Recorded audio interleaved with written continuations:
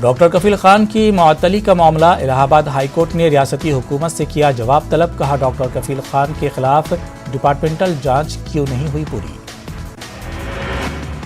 Corona سے مرنے والے افراد کی لاشوں کے ظاہر ہونے کا معاملہ الہ آباد میں گنگا کنارے دفن کی گئی تھیں ہزاروں لاشیں. تیز بارش اور سیلاب کی وجہ سے لاشوں کی باقیات ہوئی ظاہر. بورڈ امتحانات میں ایوریج مارکنگ سسٹم سے ناخوش ہیں ٹاپر. پچھلی جماعتوں سے بھی کم نمبر حاصل ہونے سے مایوس. ایوریج مارکنگ کے نقصانات سے پریشان. علی گڑھ میں خواتین ٹیچرز ایسوسی ایشن کا پروگرام منعقد. ضلع سطح پر بنی ایگزیکٹو کے ممبران کو دی گئی ذمہ داریاں. خواتین کے ہر مسائل پر کام کریں گی ویمنس ٹیچرز ایسوسی ایشن.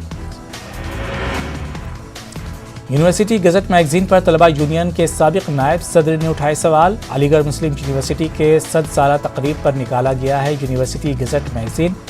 اردو کے سیکشن کو کم کرتے ہوئے براہ نام رکھا گیا ہے. پیگاسس جاسوسی معاملے پر بہار کے وزیر اعلیٰ نیتیش کمار کا بڑا بیان. کہا فون ٹیپنگ کی ہونی چاہیے جانچ. کسی کو ہراساں کرنا صحیح نہیں. امت شاہ سے ملے جے ڈی یو کے ارکان پارلیمان. ذات پر مبنی مردم شماری کی مانگ کی. جنتا دربار میں سی ایم کو آیا غصہ. سی ایم نے افسروں کو لائن میں کھڑا کیا. نیتیش کمار نے کاموں کی مکمل رپورٹ طلب کی. دھنباد میں جج قتل معاملے میں ملزمین کا ہو سکتا ہے narco test. S I T chief نے کہا 7 دنوں کے اندر سونپیں گے رپورٹ. افغانستان کے شمالی صوبے میں طالبان گروپ کے ٹھکانوں پر فوجی کارروائی. 15 عسکریت پسند ہلاک. افریقی ملک زمبیا میں 2 گاڑیوں کے درمیان تصادم. حادثے میں کم از کم 6 افراد ہلاک. 40 دیگر شدید زخمی.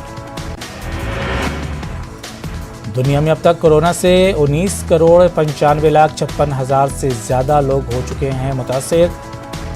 42,47,000 سے زیادہ اب تک ہو چکی ہیں ہلاکتیں. ٹوکیو اولمپکس کے ڈسکس تھرو کے فائنل میں پہنچی انڈیا کی کمل پریت کور. نہیں جیت سکی میڈل. رہی 6 مقام پر. انڈیا کے سلامی بلے باز میانک اگروال پریکٹس کے دوران سر پر گیند لگنے سے پہلے ٹیسٹ سے ہوئے باہر. 4 اگست کو انگلینڈ کے خلاف ہوگا پہلا ٹیسٹ.